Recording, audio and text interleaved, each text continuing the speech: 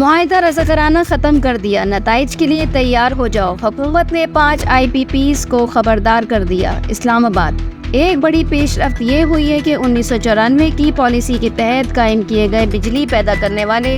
4 آزاد اداروں IPPs اور 2002 کی پالیسی کے تحت قائم کیے گئے ایک IPP کے مالکان سے 2 ٹوک الفاظ میں کہا گیا ہے کہ وہ رضاکارانہ طور پر بجلی کی خریداری کے معاہدے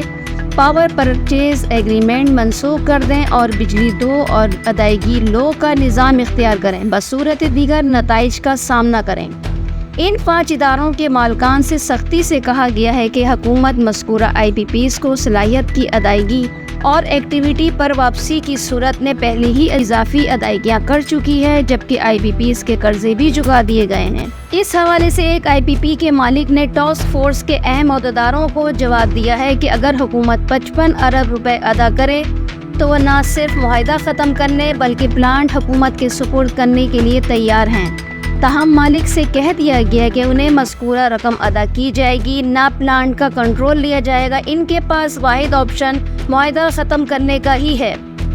ٹاسک فورس نے اس بات کی نشاندہی کی ہے کہ اس کمپنی کی انتظامیہ نے حکومت کے ساتھ اپنے معاہدے کی خلاف ورزی کرتے ہوئے پلانٹ کو بطور ضمانت استعمال کرتے ہوئے دوسرے پاور پلانٹس کے لیے پیسے وصول کیے جو معاہدے کی خلاف ورزی ہے۔ ان 4 مالکان سے کہا گیا کہ ان کے پاس معاہدہ ختم کرنے کے سوا اور کوئی آپشن نہیں، بصورت دیگر ان کے پلانٹس کا فرانزک آڈٹ کرایا جائے گا اور غلط کاموں اور منافع خوری سے کمائے گئے پیسے کی ریکوری کے ساتھ مالکان کے خلاف کارروائی شروع کی جائے گی۔